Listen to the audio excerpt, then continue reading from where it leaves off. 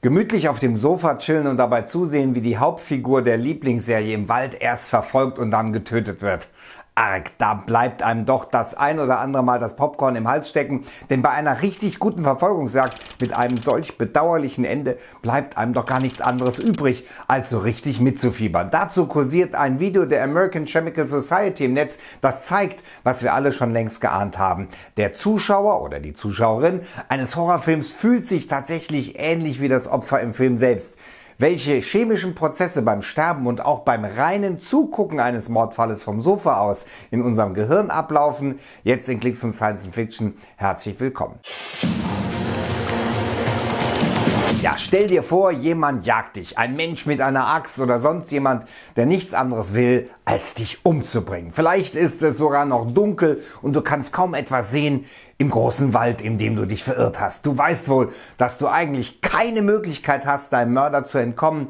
Ein echtes Horrorszenario also. Aber so oder so ähnlich kennen wir es alle, und zwar aus Horrorfilmen oder Serien oder Krimis und so weiter und so fort. Und die Gefühle, die wir dabei haben, die ähneln sehr denen der Mordopfer im Fernsehen oder im Kino, also beziehungsweise derjenigen, die das wirklich erleben. Das sagt zumindest das Video der American Chemical Society, also der amerikanischen Fachgesellschaft für Chemie, das frei im Netz zugänglich ist. Die überwiegende Emotion ist eindeutig Angst, pure Angst. Dafür sorgen die große drohende Gefahr und der hohe Schaden, also der Tod, der daraus mit aller Wahrscheinlichkeit resultieren wird. Zudem ist wohl auch nicht mit Hilfe von außen zu rechnen. Dein Puls und der Blutdruck steigen, deine Pupillen erweitern sich und du stehst unter Hochspannung. Dadurch kommt es zu einer Aktivierung des Nebennierenmarks, wodurch Adrenalin ausgeschüttet wird. Dadurch wird vermehrt Glykogen, ein Vielfachzucker, abgebaut, sodass dem Körper mehr Energie zur Verfügung steht. Laut American Society of Chemistry werden Angst und Adrenalin auf ähnliche Weise aktiviert, also sowohl beim Zuschauen des Horrorfilms als auch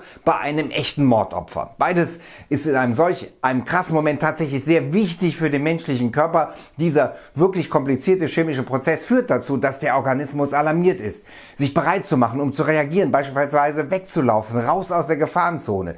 Das zentrale Nervensystem leitet die Signale an den Thalamus weiter, der in etwa so wie eine Schaltzentrale funktioniert. Von hier aus wird die Info an andere Gehirnteile gesendet.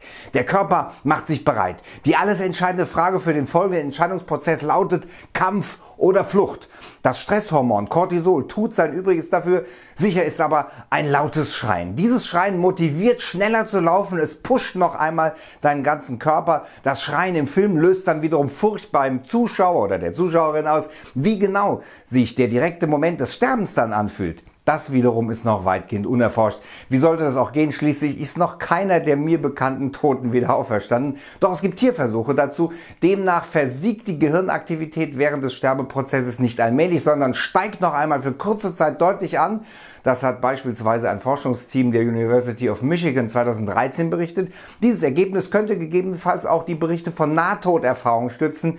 Das Netzwerk Nahtoderfahrungen schätzt, dass etwa 4 Millionen Menschen in Deutschland schon mal so ein mysteriöses Erlebnis hinter sich gebracht haben, beispielsweise nach einem Unfall. In den Berichten heißt es dann so etwas wie: Es fühlt sich einfach an wie ein perfekter Schlaf, aber ohne Träume. Andere berichten davon, dass sie es eher wie ein Leben nach dem Tod empfunden haben, beispielsweise von einer Lichtvision am Ende des Tunnels oder als eine Art Lebensfilm. In der Medizin wird der Zustand, nachdem die Atmung langsamer wird und das Herz aufhört zu schlagen, als klinischer Tod bezeichnet. Dann folgt der biologische Tod.